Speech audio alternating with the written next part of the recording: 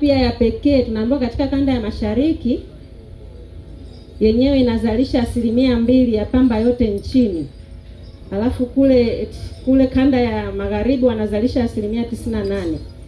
Lakini katika hizo 2% tunaambiwa Ulanga ndani ya hizo wilaya zote zilizopo mikoa mitano tunazalisha 60%. Tunafanya kazi. Na nina imani baada ya miaka 3-5 ijayo tunaweza tukapanda zaidi kiuzalishaji na tukapandisha hiyo 1%. Kwa hiyo niseme tu serikali inaendelea kuweka mazingira bora na itaendelea kuweka hayo mazingira bora ya kuhakikisha wakulima wanapata soko la uhakika, bei zenye ushindani na mfumo wa biashara ulio wazi na wenye haki. Ni matarajio yetu kuwa msimu huu utaendeshwa kwa kuzingatia sheria, kanuni na taratibu zilizowekwa ili kulinda maslahi ya wakulima na wadau wote wa sekta ya pamba. Leo hapa kuna wahudhuriaji kutoka maeneo mbalimbali.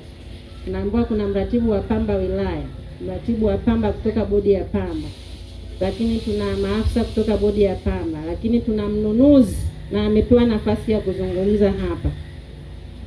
Kwa hiyo ni jambo la msingi sana kuzingatia yale ambayo mratibu wa pamba kutoka bodi ya pamba ameelekeza kwetu.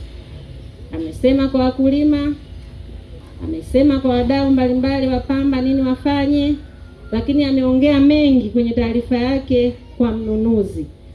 Nami niendelee kulisisitiza hilo.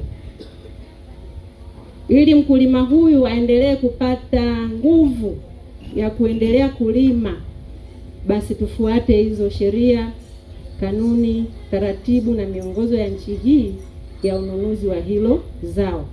Wakati umeongea mkulima mmoja amefurahi, ameuliza mbona hujatuambia bei? Nami nikasema aisee, kumbe wewe anafuatilia mazungumzo hapa. Ukataja kwamba bei ya mwaka huu kwa kilo moja ni shilingi 1240. Lakini mwaka jana ilikuwa 1150. Kwa hiyo serikali pamoja na wadau wa pamba wanaendelea kuimarisha